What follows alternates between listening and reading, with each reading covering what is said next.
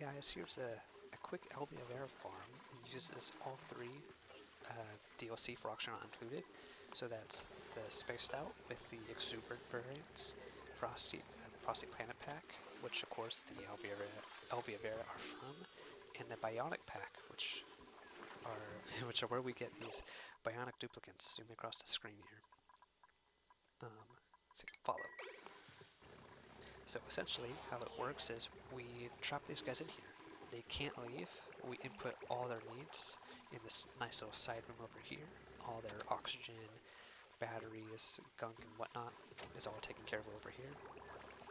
All of the ice is dropped down in chutes.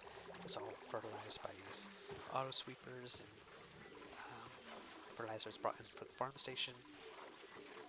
And so yeah, we just keep them here.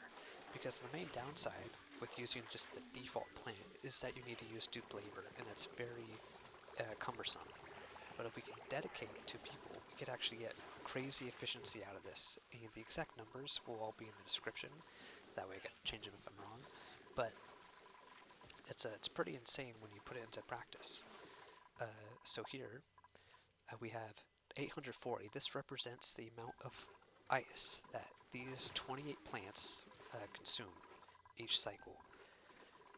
This number down here is counting up every time 60 kilograms of oxygen comes through this conveyor meter. And each 60 kilograms represents, of course, 1 dupe's worth of oxygen per cycle. Now, if we translate that to electrolyzers, we see we need 7 electrolyzers to reach 62 duplicates worth of oxygen. That's 3,600 tons of water, 4 times more than our setup here. So if at the end of the cycle, which this counts, well, this has been counting 2, we could see, we get 62. Now this varies, of course, because of harvest times and different downtimes with the fertilization and farmer's touch, which is very minimal. You won't find anyone that's not farmer's touched, but we have 64 dupes worth of oxygen that has come out of this farm for 840 kilograms of water, compared to, of course, 3,600 tons. Now there's a small amount added for the actual fertilizer cost, made in the fertilizer machine or synthesizer, but that is very minimal and can be recouped by the polluted dirts, and it uses pea water anyways, and that pea water, otherwise you would just clean it and send it to an electrolyzer, so you're already getting more efficiency out of it. And then Phosphorite is free as long as you have Drecos and Balm Lily.